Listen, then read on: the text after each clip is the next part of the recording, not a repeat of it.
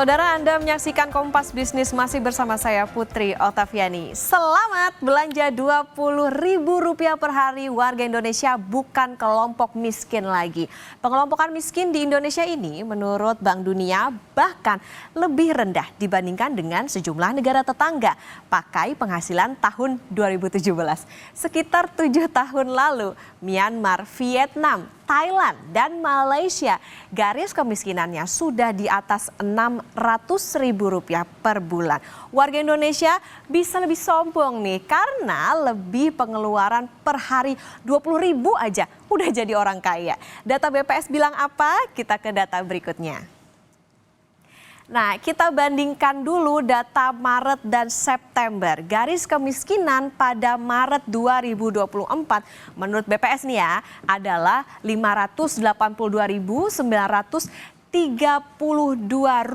per kapita per bulan. Atau kalau kita hitung secara harian dan dalam sebulan itu ada 30 hari, maka orang dibilang miskin adalah ketika belanja 19.431. Naik dikit ke 20.000 sudah bukan kelompok miskin. Batas kemiskinan naik di bulan September 2024. Nilainya jadi Rp595.242 per kapita per bulan. Atau nih kalau per hari hitungannya 19.841,4. Nilai belanja bulanannya naik sekitar Rp40 menjadi segini. Nah, persamaan keduanya adalah belanja makanan mendominasi dengan porsi lebih dari 74% dan sisanya adalah non-makanan. Mari berhitung secara awam. Belanja Rp20.000, 15.000-nya nih ya misalnya adalah makanan. Terus 5.000-nya itu masuk transportasi dan bayar listrik. Gimana dengan biaya sekolah ya? Pun kalau ketika 20.000 tidak masuk kelompok miskin, pertanyaannya apakah cukup in this economy? Yang pasti pemerintah mengklaim angka kemiskinan dan rasio kemiskinan terus menurun. Buktinya masih dari data Badan Pusat Statistik berikut ini. Nah, ini dia jumlah penduduk miskin turun. Kami ambil sumber dari BPS per 15 Januari 2025.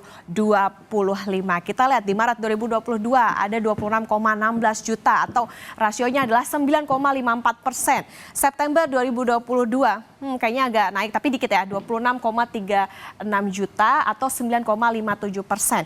Maret 2023 turun 25,9 juta, rasionya 9,36%. Maret 2024 turun lagi 25,22 juta dengan rasio 9,03% dan di September 2024 turun lagi 24,06 juta dengan rasio 8,57%. Fakta keras lewat data memang turun secara jumlah dan juga rasio sangat signifikan, bahkan rasionya dari 9%-an menjadi 8%-an. Tingkat kemiskinan ini saudara adalah yang terendah sepanjang sejarah. Setidaknya sejak tahun 1970 yang tercatat sebanyak 60%. Tapi selama ini banyak kritikan standar garis kemiskinan ini abu-abu. Karena yang dipakai untuk mengukur angka kemiskinan di Indonesia sudah terlalu rendah. Pemerintah didorong memperbarui metodologi pengukuran standar garis kemiskinan selama 26 tahun terakhir alias sejak 1998. Jadi nih, kalau Anda beli es kopi segelas harganya 20.000, jangan ngaku-ngaku miskin ya. Banyak keluarga miskin saudara yang bekerja di sektor pertanian. Tidak hanya itu, sektor informal juga masih mendominasi.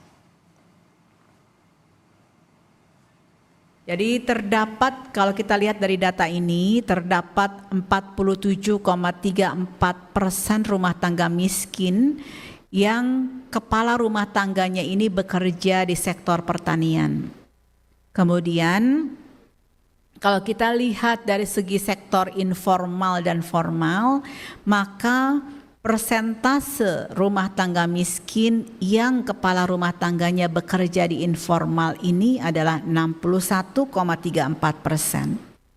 Dan kalau kita lihat dari tingkat pendidikan kepala rumah tangganya, maka sebagian besar kepala rumah tangga miskin itu berpendidikan rendah, yaitu tamat SD atau tidak tamat SD, dan ini proporsinya sebesar 64,15%. Jadi kalau kita lihat gambaran ini, maka secara umum rumah tangga miskin di Indonesia ini didominasi oleh mereka yang kepala rumah tangganya bekerja di lapangan usaha pertanian dan status pekerjaannya informal, serta pendidikan kepala rumah tangganya adalah SD ke bawah.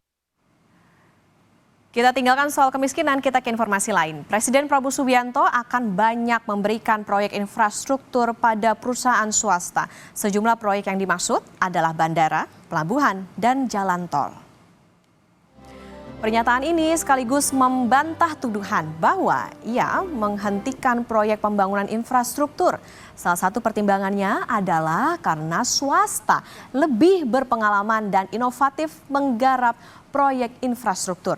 Peranan swasta juga diperluas demi mengejar target pertumbuhan 8% dalam 5 tahun kepemimpinannya. Saya ingin memberi peran yang lebih besar kepada swasta.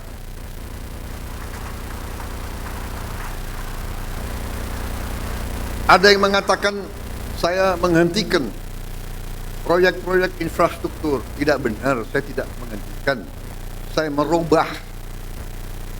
Infrastruktur akan sebagian besar saya serahkan kepada swasta untuk membangun. Swasta lebih efisien, swasta lebih inovatif, swasta lebih pengalaman, saudara-saudara sekalian. Jadi nanti jalan tol, pelabuhan, bandara, saya serahkan swasta, silakan bergerak semuanya.